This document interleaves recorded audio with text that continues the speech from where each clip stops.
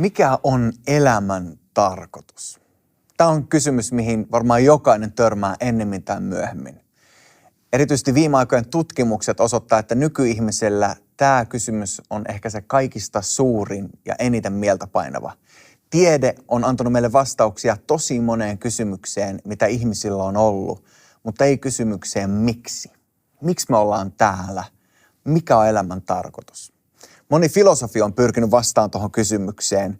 Carl Jung, sveitsiläinen psykologi ja psykoanalysti, sanoi näin: en tiedä elämän tarkoitusta, mutta näyttää siltä, että jotain tällä on tarkoitettu.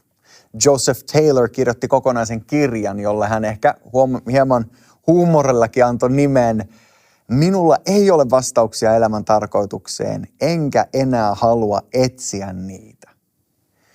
Jos olet koskaan kokenut noin, niin sä oot kokenut eksistentiaalista ahdistusta. Se, että me ollaan olemassa, voi joskus olla ahdistava todellisuus, koska me ei ymmärretä, että miksi. Mikä on syy siihen, että me ollaan täällä? Tämä sarja, mikä tänään alkaa tästä hetkestä, tämän kautta me tullaan tutkimaan kristinuskon vastauksia tuohon kysymykseen. Miksi me ollaan täällä? Mikä on elämän tarkoitus? Voiko tällä kaikella olla joku suurempi suunnitelma? Tuska ja vaikeudet elämässä herättää tämän kysymyksen pintaan. Silloin, jos me joudutaan kohtaan kärsimystä, tai jos joku meidän läheinen kärsii syvästi, niin me kohdataan tämä vielä syvemmin. Miksi? Onko tällä mitään tarkoitusta? Jeremia, yksi vanhan testamentin profeetoista, Jumalan mies, kirjoittaa näin: miksi minun pitääkin tulla äidin kohdusta näkemään pelkkää vaivaa ja tuskaa? Miksi mun piti ylipäätänsä syntyä, jos elämä on vaan tällaista? Silloin kun elämältä puuttuu tarkoitus, niin me yritetään löytää se jostain. Ja mainonta hyödyntää tätä tarvetta meissä. En tiedä, oletko koskaan miettinyt sitä, mutta melkein jokainen mainos antaa jonkinnäköisen vastauksen siihen, että tämä meidän tuote voi antaa sulle lisää mielihyvää. Voi tyydyttää jonkun syvemmän tarpeen, mikä sulla on. Se vessapaperikaan ei ole vaan peruspaperi, millä toimitetaan perustarpeet, vaan se voi olla erityisen pehmeä ja antaa sellaisen syvemmän merkityksen siihenkin hetkeen. Mainokset hyödyntää meidän syvempää tarvetta. Ja maailma syöttää meille ajatusta siitä, some varsinkin ja media, että jos mulla vaan olisi vielä vähän enemmän rahaa, vähän enemmän mainetta, vähän enemmän suosiota, pikkusen enemmän tykkäyksiä, enemmän seksiä, enemmän valtaa, enemmän mahdollisuuksia, niin silloin mä löytäisin syvemmän tarkoituksen. Mielenkiintoista kyllä tämä kysymys ei ole uusi. Vaikka tämä on nykymaailmassa ehkä yksi isoimpia ja eniten pinnalla olevia kysymyksiä, niin kysymys elämän tarkoituksesta on yhtä vanha kuin ihminen. Ja Raamatussa on monta eri kirjaa, monta eri henkilöä, jotka on kirjoittanut Raamatun kirjoja. Oikeastaan Raamattu itsessä on niin kuin kirjasto, johon on koottu monia eri kirjoja. Sieltä löytyy yksi kuningas Salomon kirjoittama kirja nimeltä Saarnaaja. Salomo oli todella kuuluisa kuningas, yksi historian rikkaimpia miehiä. Hän oli 1000 vaimoa. Ja hän kirjoittaa Saarnaajan kirjassa mielenkiintoisia ajatuksia elämän tarkoituksesta. Hän sanoo näin. Saarnaaja luku 2. Kokosin itselleni myös kultaa ja hopeaa, kuninkaiden aarteita ja maakuntien rikkauksia. Minä hankin laulajia ja laulattajia ja miehen nautintoja, vaimon, jopa useita vaimoja. Minä tulin mahtavaksi, mahtavammaksi kuin yksikään edeltäjäni Jerusalemissa. Silti säilytin kaikessa viisauteni. Minä en evännyt silmältäni mitään, mitä ne halusivat, enkä kieltänyt sydämeltäni yhtäkään iloa. Vaivan näköni tuloksista minun sydämeni iloitsi, sen palkan sain kaikesta ponnistelustani. Eli Salomo vähän kerskuu tässä kaikilla sillä, mitä hän on saavuttanut. Hän oli aikansa rikkain mies ja hän sanoi, että hän sai paljon kultaa, paljon aarteita. Niin kuin sanoin, moni ihminen yrittää löytää tarkoitusta seksuaalisista suhteista. Salomolla oli 1000 vaimoa. Hän ei säästänyt itseltään mitään, mitä hänen silmänsä halusi. Hän kertoo, että hän kokeili käytännössä kaikkea, mitä häntä huvitti kokeilla. Ja hän jatkaa näin. Mutta kun tarkastelin töitä, joita käteni olivat tehneet, ja vaivaa, jonka olin nähnyt, minä havaitsin, kaikki se oli turhuutta ja tuulen tavoittelua. Mistään ei ole mitään hyötyä auringon alla. Salomo oli maailman rikkain mies, eikä hän säästänyt itseltään mitään, mitä hän halusi. Hän tuhlasi kaiken. Käytännössä kaikki se, mitä mainos ja media meille syöttää, hän sai kaiken sen. Ja sen jälkeen hän sanoo, että tällä millään ei ole mitään merkitystä. Usein on huomattu, että ne ihmiset, jotka menestyy elämässä, jotka saa sen, mitä kaikki tavoittelee, ne on jälkeenpäin tyhjiä. Koska totuus on, että elämän tarkoitus ei voi löytyä esineistä, asioista, nautinnoista. Ei voi löytyä siitä, että minä olen itseni keskipiste ja kohokohta. Jos elämällä on syvempi tarkoitus, sen tarkoituksen täytyy löytyä mun ulkopuolelta. Ja mä väitän, että ainoastaan Jumala voi antaa todellisen tarkoituksen elämälle. Bertrand Russell on sanonut tällaisen ajatuksen: jos et oleta Jumalan olemassaoloa, kysymys elämän tarkoituksesta on turha. Salomokin päätyi tuohon, nimittäin tuon saman kirjan viimeisessä luvussa, mitä me just äsken luettiin pätkä, Saarnaaja luku 12, Salomo kirjoittaa: tässä on lopputulos kaikesta, mitä nyt on kuultu. Kunnioita Jumalaa ja pidä hänen käskynsä. Tämä koskee jokaista ihmistä.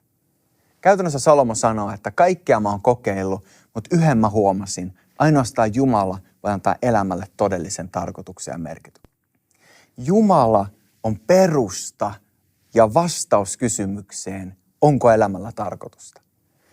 Raamattu ei ole tiedekirja, joka pyrkii antaa vastauksia siihen, miten kaikki toimii, miten maailma syntyi, miten meidän ihmisinä tulee toimia. Raamatun ensisijainen tarkoitus ei ole vastata kysymykseen miten. Me länsimaisina ihmisinä helposti luetaan Raamattua siitä lähtökohdasta, koska me ollaan totuttu tieteen kautta tutkimaan maailmaa pääkysymyksenä, miten kaikki toimii. Raamattu vastaa ensisijaisesti kysymykseen miksi. Ei siihen miten, vaan siihen syvempään miksi. Mä haluaisin piirtää sulle pienisenä esimerkkinä kuvan, joka ehkä voisi havainnollistaa tätä realiteettia. Mä väitän, että länsimaissa me ihmiset ollaan usein suljettu Jumala ulkopuolelle siitä, mitä meidän elämä on.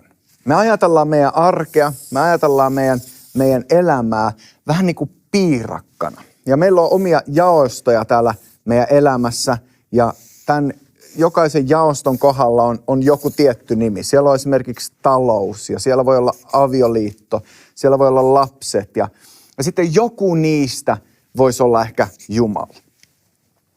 Tieteessä me ollaan toimittu samalla tavalla silleen, että me ollaan selostettu niitä asioita, johon meillä vielä ei ole vastausta tieteellisesti, niin Jumalalla. Ja ollaan sanottu, että Jumala on vastaus siihen, että miten joku tietty juttu toimii. Ja aina kun me ymmärretään siitä asiasta lisää, niin se Jumalan osuus meidän piirakassa pienenee. Ja jos sulla on tällainen käsitys siitä, minkälainen Jumala on, niin se mitä tulee tapahtumaan sun elämässä on, että Jumalan osa tulee pienemmäksi ja pienemmäksi ja pienemmäksi. Ja ennen mitä myöhemmin tulee se olo, että onko tällä mitään tarkoitusta oikeasti. Jos sulla on lapsia, ne voi antaa sulle tarkoitusta. Jos sulla on taloutta, sä voit tehdä sillä hyvää ja sä voit hetkeksi aikaa saada siitä tyydytystä. Mutta jos sun Jumala-osuus jatkuvasti vaan pienenee pienenemistään, niin ennen mitään myöhemmin sulla tulee olemaan tyhjä olo. Raamatun malli ei ole piirakkamalli.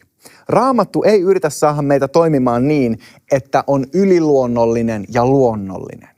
Me usein ihmisenä jaetaan se niin, että nämä luonnolliset alueet, ne on ihan luonnollisia alueita ja ne yliluonnolliset alueet, ne on niitä Jumala-alueita. Ja jos me voidaan selostaa joku yliluonnollinen asia luonnollisesti, niin sekin alue sitten poistuu Jumalalta. Raamattu ei opeta piirakkamallia. Raamattu opettaa, mitä mä voisin kutsua täytekakkumalliksi. Piirretäänpä tähän näin, en tiedä onnistuinko mä piirtämään, mutta yritetäänpä piirtää täytekakku. Täytekakkuhan, jos muistat, rakentuu eri tasoista. On pohja, jossa on, mitä siellä nyt onkaan, taikinaa ja muuta. Sitten sinne laitetaan ihan vähän mansikkaa väliin ja sitten taas uutta perustaa. Raamattu kuvaa koko maailman kaikkeutta tämän kaltaisella todellisuudella. Ja Raamattu opettaa, että Jumala on täällä kaiken perustana ja pohjana. Ja kaikki se, mitä elämässä tapahtuu, rakentuu Jumalan varaan. Ja vaikka kaikki, mitä meidän ympärillä on, voitaisiin selostaa luonnontieteellisesti, niin se ei kuitenkaan ikinä häviä siltä perustalta, joka Jumala on. Jos sun elämä rakentuu tämän kaltaiseen malliin, jossa Jumala on pieni osa suurta kokonaisuutta, niin silloin elämän tarkoitus on todella usein hakusessa. Monella Jumala ei edes mahu koko piirakkaan. Mä haluan haastaa sua pohtimaan tänään, että olisiko tämä terveempi perusta? Olisiko oikeampi ajatella, että Jumala on kaiken tämän takana ja koko kokonaisuuden perustana? Jos sä rupeat rakentamaan sun elämää ja ajattelumallia tähän, niin ei ole enää luonnollista ja yliluonnollista, vaan Jumala on osa ihan kaikkea. On se sitten meidän mielestä luonnollista tai yliluonnollista. Jos sun ajattelumalli rakentuu tähän, niin mä väitän, että sä löydät sun elämässä paljon syvemmän merkityksen ja tarkoituksen. Silloin tarkoitus ei tule niistä tekemisistä, jotka tässä meidän pintatasolla elämässä voi olla. Täytekakunkin voi jakaa paloihin. Vaan meidän tarkoitus tulee sieltä perustasta, että kaikki mitä mä teen Jumalalle. On se sitten perheen keskellä tai työpaikalla tai koulutuksessa tai harrastuksissa. Jumala on mun mukana siellä. Ja kun sä alat elää tällä tavalla, niin silloin sillä harrastuksella voi olla syvempi tarkoitus. Sun perheellä on paljon syvempi merkitys. Sun työpaikalla, koulutuksella, kaiken mitä sä teet, tee se Jumalan kunniaksi. Ja silloin kun sä elät näin, että Jumala on elämän tarkoituksen tuoja, niin mä väitän, että sun elämä on paljon rikkaampi, ei rahassa, vaan aidossa tietoisuudessa siitä, että sä et ole ikinä yksin ja Jumala kulkee sun kanssa. Tähän loppuun mä haluan vielä haastaa sua pohtimaan tätä, että miltä maailma näyttäisi, jos sä alkaisit elää näin. Ja miltä maailma näyttäisi, jos sun ympärillä olevat ihmiset alkais elää näin, sun perhe, sun työkaverit. Tulisiko meille ihan toisenlainen tapa kohdata toinen toisia ja vaikuttaa meidän työpaikoilla? Jos me vaan jaetaan jokainen osa tehtäväksi, mikä meidän pitää suorittaa, niin ennemmin tai myöhemmin ne kaikki puuduttaa. Mutta jos ne tehtävät on osa suurempaa suunnitelmaa, jossa Jumala onkin se, joka hallitsee ja on perusta kaikelle, niin silloin niistä yksinkertaisista asioista voi tulla merkityksellisiä.